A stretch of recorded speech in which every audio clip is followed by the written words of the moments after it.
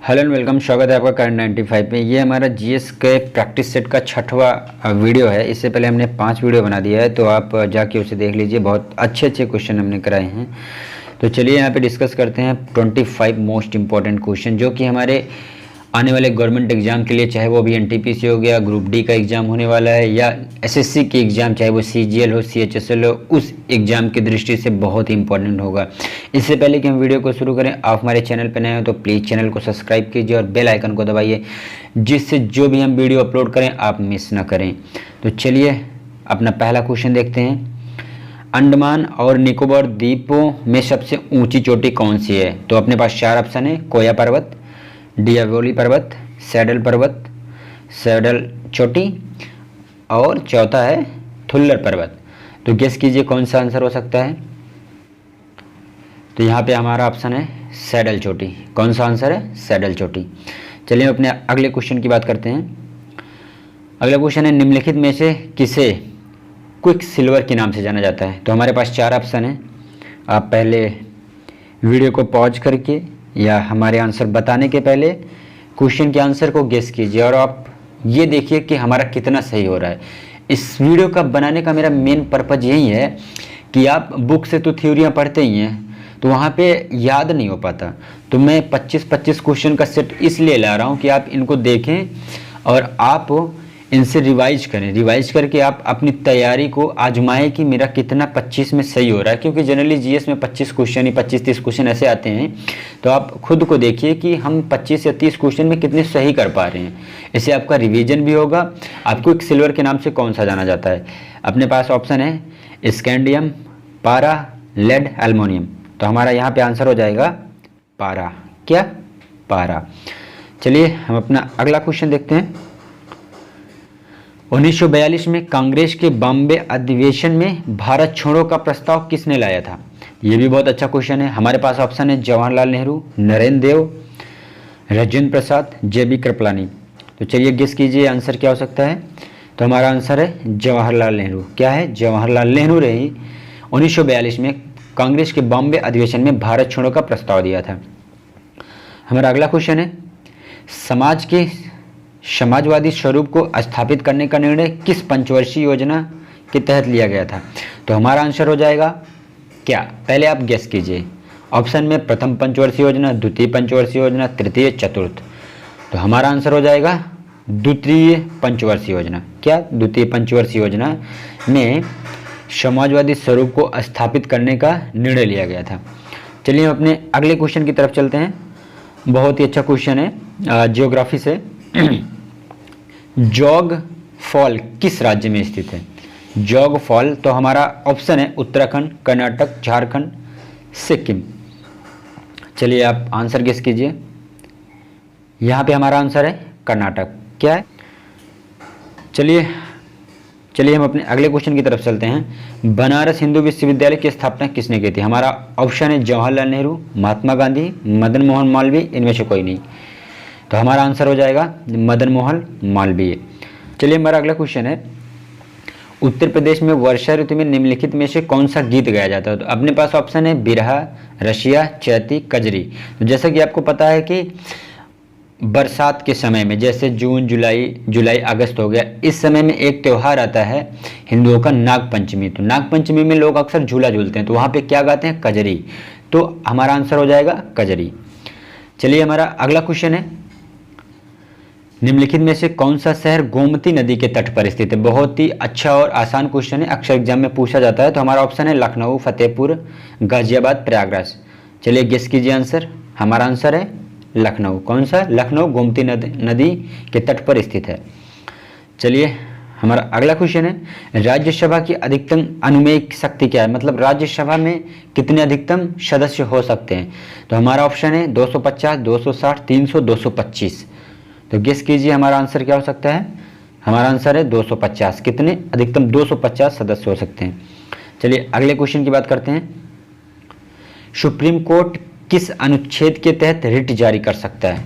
तो हमारा ऑप्शन है अनुच्छेद 131, अनुच्छेद 32, अनुच्छेद 143, अनुच्छेद 246। चलिए आंसर गेस कीजिए। हमारा आंसर है अनुच्छेद 32। 32 के तहत सुप्रीम कोर्ट रिट जारी कर सकता है।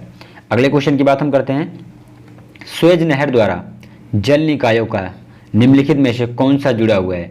मतलब सुएज नहर किन किन को जोड़ती है। हमारा ऑप्शन है हिंद महासागर को प्रशांत सागर से, भूमध्य सागर को काला महासागर से, भूमध्य सागर को लाल सागर से, अटलांटिक महासागर को प्रशांत महासागर से। तो चलिए आंसर बताइए। हमारा आंसर यहाँ पे हो जाएगा भूमध्य सागर को लाल सागर से जोड़ता है। क्या, सुएज नहर भूमध्य सागर को लाल सागर से जोड़ता है। चलिए हम अपने अगले क्वेश्चन की बात करते हैं, किस गवर्नर के कार्यकाल में सती प्रथा को समाप्त कर दिया गया था। हमारा ऑप्शन है Lord Auckland, Lord William Bentinck, Lord Ellenborough, Lord Metcalfe. तो हमारा आंसर हो जाएगा लॉर्ड विलियम बेंटिक। अपने अगले क्वेश्चन की बात करते हैं, राष्ट्रमंडल खेल कब आयोजित हुए थे। पहली बार राष्ट्रमंडल खेल कब आयोजित हुए थे। हमारा ऑप्शन है 1925, 1935, 1930, 1920। चलिए आंसर बताइए। तो यहाँ पे आंसर हो जाएगा 1930। क्या, 1930 में पहली बार राष्ट्रमंडल खेल आयोजित हुए थे। अगले क्वेश्चन की बात करते हैं, बायो से क्वेश्चन है, बहुत ही अच्छा क्वेश्चन है, अक्सर एग्जाम में पूछा जाता है। शरीर में सबसे बड़ी ग्रंथि कौन सी है, सबसे बड़ी ग्लैंड कौन सी है, ग्रंथि। तो शरीर में सबसे बड़ी ग्रंथि, चलिए बताइए। पहला ऑप्शन है हमारा पित्ताशय, यकृत, अग्नाशय, मस्तिष्क। तो यहाँ पे हमारा आंसर हो जाएगा यकृत। क्या, शरीर में सबसे बड़ी ग्रंथि यकृत होती है। अगले क्वेश्चन की बात करते हैं, निम्नलिखित में से किसने बंगाल के विभाजन को रद्द किया था। किसने बंगाल के विभाजन को रद्द किया था। पहला ऑप्शन है लॉर्ड हार्डिंग, लॉर्ड मिंटो दूसरा, तीसरा ऑप्शन है लॉर्ड कर्जन, चौथा ऑप्शन है लॉर्ड चैमफोर्ड। तो बंगाल के विभाजन को लॉर्ड हार्डिंग ने रद्द किया था। किसने, लॉर्ड हार्डिंग ने। अगला क्वेश्चन है, ज्ञानपीठ पुरस्कार जीतने वाली पहली महिला कौन थी। हमारा ऑप्शन है प्रतिभा रे, आशा पूर्णा देवी, महाश्वेता देवी, इंदिरा गोस्वामी। चलिए आंसर बताइए। तो हमारा आंसर हो जाएगा आशा पूर्णा देवी। क्या है, आशा देवी, आशा पूर्णा देवी। हमारा अगला क्वेश्चन है, मुगल साम्राज्य के दौरान जजिया कर लगाया गया था, किस पे लगाया गया था। हमारा ऑप्शन है मुस्लिम नागरिक, सभी नागरिक पर, कुलीन नागरिक पर, गैर मुस्लिम पर। गेस कीजिए आंसर। तो इसका आंसर हो जाएगा गैर मुस्लिम नागरिक। किस पे लगाया गया था, जो मुस्लिम नहीं थे, जैसे ईसाई हो गए, हिंदू हो गए, सिख हो गए, इन पे लगाया गया था। चलिए अगले क्वेश्चन की बात करते हैं, दूध को दही में बदलने के लिए किस जीवाणु का उपयोग किया जाता है। हमारा ऑप्शन है लैक्टोबैसिलस, दूसरा ऑप्शन है विब्रियो, तीसरा ऑप्शन है स्पिरुलिना, चौथा ऑप्शन है स्ट्रेप्टोमी। तो हमारा आंसर हो जाएगा लैक्टोबैसिलस। क्या हो जाएगा, लैक्टोबैसिलस। अगला क्वेश्चन हमारा है, ग्रेफाइट क्या है। ये केमिस्ट्री से क्वेश्चन है कि ग्रेफाइट क्या है। पहला ऑप्शन है मिश्र धातु, धातु, उपधातु, अधातु। तो चलिए आंसर कमेंट कीजिए। हमारा आंसर है अधातु। क्या है, अधातु। चलिए अगला क्वेश्चन देखते हैं, सिविल सेवा दिवस कब मनाया जाता है। डे से हमने एक क्वेश्चन उठाया है, जैसे कि एग्जाम में अक्सर पूछा जाता है कि कौन सा दिवस कब मनाया जाता है। तो वैसे ये क्वेश्चन है सिविल सेवा दिवस कब मनाया जाता है। हमारा ऑप्शन है 15 अगस्त, 21 अप्रैल, 22 जून, 21 सितंबर। आंसर गेस कीजिए इससे पहले कि मैं आंसर बताऊं। तो यहाँ पे आंसर हो जाएगा 21 अप्रैल। कब मनाया जाता है, 21 अप्रैल को सिविल सेवा दिवस मनाया जाता है। हमारा अगला क्वेश्चन है, वोल्गा से गंगा द्वारा लिखी गई है, किसके द्वारा लिखी गई है। हमारा ऑप्शन है राहुल साकृत्यायन, दूसरा ऑप्शन है कैफी आजमी, तीसरा है मजरू सुल्तानपुरी, चौथा ऑप्शन है इनमें से कोई नहीं। तो चलिए आंसर गेस कीजिए। यहाँ पे वोल्गा से गंगा राहुल साकृत्यायन ने लिखा था। किसने लिखा था, राहुल साकृत्यायन ने। अगले क्वेश्चन की बात करते हैं अपने, बहुत ही अच्छा क्वेश्चन है और बार बार एग्जाम में पूछा जाता है कि इसरो के वर्तमान अध्यक्ष कौन है। ये तो करंट का क्वेश्चन है, पर जो भी करंट में अध्यक्ष रहता है ये क्वेश्चन जरूर एग्जाम में पूछा जाता है। तो अभी करंट में इसरो के वर्तमान अध्यक्ष डॉक्टर के सिवान है। हमारा अगला क्वेश्चन है, विश्व बैंक का मुख्यालय कहाँ है। तो हमारा ऑप्शन है वाशिंगटन, लंदन, न्यूयॉर्क, पेरिस। चलिए आंसर गेस कीजिए।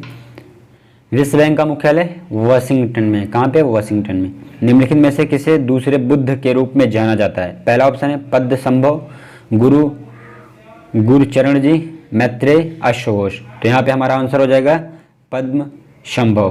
क्या, पद्म संभव को दूसरे बुद्ध के रूप में जाना जाता है। हमारा अगला और लास्ट क्वेश्चन है इस सेट का, मानव में रक्तचाप की सामान्य सीमा क्या होती है। तो पहला ऑप्शन 120 से 180, 110, 170, 140, 160, चौथा ऑप्शन है 110, 75। तो चलिए आंसर गेस कीजिए। तो यहाँ पे हमारा आंसर हो जाएगा 120 से 180 mm। तो यहाँ 180 mm। वीडियो देखने के लिए धन्यवाद। और अगर आप हमारे चैनल पे नए हैं तो प्लीज़ चैनल को सब्सक्राइब कीजिए और बेल आइकन को दबाइए, जिससे भी हम कोई भी वीडियो अपलोड करें तो आप वीडियो मिस ना करें।